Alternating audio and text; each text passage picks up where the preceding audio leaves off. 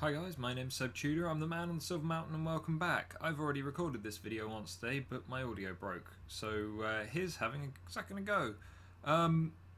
Ultimately, today, the thing that I want to talk about is something that I see an awful lot of. It's kind of annoying to me to one degree or another, but it's also something very useful that I use, and that is the idea of investment bias.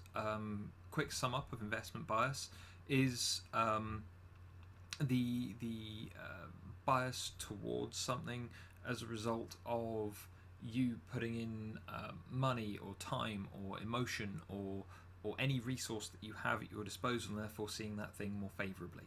For example, one of the things that I encountered an awful lot when I first started coaching, as I've said in previous videos, I started off doing a lot more dating and relationship kind of stuff with people.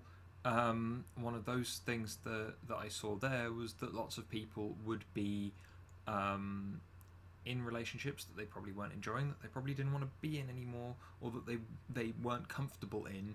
And one of the things that would always be brought up is the fact that they had been with someone for so long, and so leaving them would be a hard thing, or because they had put so much emotional investment into what was there that may not be reciprocated by the other person in any way, shape or form. As a result, because it was such a thing that they had attached themselves to, because they had put so much work into it, because they had put so much kind of blood, sweat and tears into the whole thing, they didn't want to remove themselves from it. Another example is in regards to computer games, in regards to things like DLC one way or the other. I believe it was Call of Duty not so long ago who put out a map pack for one of their games, and they did it free, and there was a lot more backlash because, of course, if it's free but you get it, then you've not put anything into it yourself, and as a result you're free to criticize. So what they did with it was they started charging about, I think it was $5 or so for their map packs, to ensure that people they put something into it, and as a result they saw more value in it. And it's in regards to the positive areas, the places where this can be useful. For example, for me, when I'm approaching clients, when I'm dealing with people, meeting with them for the first time and seeing whether or not they'd be interested in my services, a lot of what I do to begin with starts with trying to gauge whether or not they're actually interested, whether or not they would in any way care for my services. And as a result, one of those things that I do is I kind of hold off and let them ask questions. If they ask questions, the more questions they're asking, the more likely they are to be interested. The more interested they are, the more value they will probably get out of what I'm saying, because they'll be wanting to invest their time, their money, whatever else into me and the things that I'm doing for/with them. And that's where it's positive for me, or for people like me, because it allows us to gauge whether or not there is going to be an interest as to whether or not how much of an investment that person is going to be putting forward, how much bias they have in regards to how much time they spend with you talking about what you're about in the first place. It's a good indicator for a good step kind of towards something. Where I see it being negative, though, is far more prevalent, and it's something that I feel that people need to keep in check, and that's why I'm talking about it. And the places that I see this as being a negative thing, for example, are where, just as a random example, an individual pays another to come in and help them with something. Kind of like I would as a coach. Someone pays me to come in and deal with them as a coach. But as a result of the investment bias that they've put towards me, and as a result of the working practices that I have, or whatever else, in a completely hypothetical world, let's say that I'm really crap, and let's say that I'm in no way helpful, and I cause all manner of problems for them. Yeah? It's not the case, I promise, it's not me.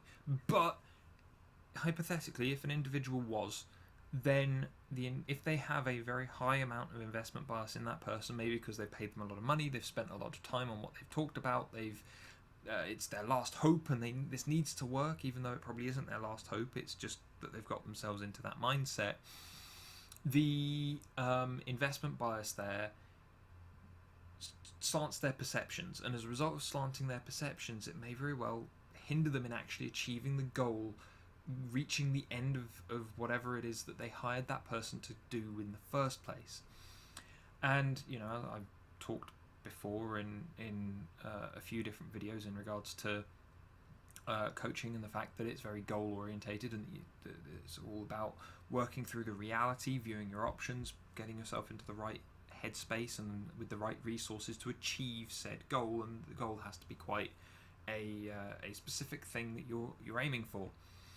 And whilst that's a thing, if your view of reality is slanted because your investment bias is making you see a resource in regards to a person, in regards to a thing, whatever, if it's making you see that as more positive than it actually is, especially if it is actually negative, then that slanted version, that slanted view of reality that you're living in or living with is going to hinder you in achieving the goal, because it's making you overshoot, undershoot, mess up, and so on and so forth.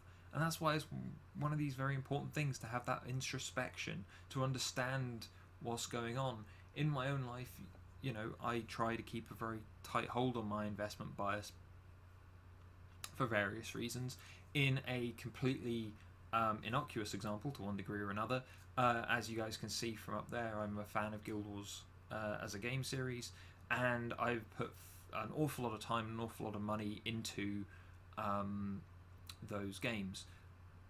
The first one was very much a special thing for me, and I very much enjoyed it, made a lot of friends through it, and so on and so forth, got me into online gaming. But I never lost, and I really loved those games. I quite enjoyed just diving into them. But during that time, I never lost the sight of the fact that it was a game and that there was a set of things around it. But it was good, it was worthwhile, because I was getting a lot out of it in regards to time spent with friends, in regards to fulfillment from doing things within the game, and in regards to just enjoying the game in general. Move on to Guild Wars 2. Started off well. I've put probably more money into Guild Wars 2 than I did in Guild Wars 1 to begin with. Something that I no longer do. But the reason I don't do it is because I've still got, from when it started, going downhill, and in my opinion it has fallen a long way. In regards to that, it's a case of yes, I put a lot of time and money into it in those moments to improve my experience, to improve my enjoyment, or to acquire things that would make things easier for me, or whatever else. In those moments, it was completely worthwhile. But that didn't stop me from losing perspective, or didn't stop me from maintaining my perspective, rather, on the game as a whole, for the simple fact that if I had lost my perspective, I wouldn't be as willing to criticize the game and say that right now it isn't what it should be. It isn't as good as it could be by any stretch, and it isn't worth my continued input of money to the extent that I did before. And the way to maintain that level of perspective, that grasp on reality, I feel, is much more to do with living from moment to moment, and realizing that even if you're expending energy, time, money, whatever, in that moment for your benefit, if it benefits you in the moment, that's fine. But that doesn't mean that it will still be benefiting you or still be working for you in the next moment. Yeah? Stick with what you have in the moment, and if that works, if it makes you if it makes you feel good, if it's doing the right thing, then fine. But if you're moving along, if you're moving into the future, make sure that thing is still appropriate for the progression that you've had. Because if it's not, then either you need to find a way to make it fit, to make it work better, or you need to get rid of it. Because there's no point in being weighed down by baggage of any sort purely because I've been carrying this around for 50 years. There's no point in me getting rid of it now. Well, yeah, actually there is, because then it makes the next 50 years really a much easier walk. Yeah? But anyway, tell me what you think. Where are your investment biases? Where things that you have put an awful lot of time and money into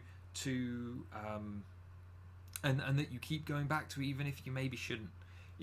tell me your experiences on that. If you found this at all informative or useful to you, then please drop me a like, and otherwise subscribe for more. Take care, guys.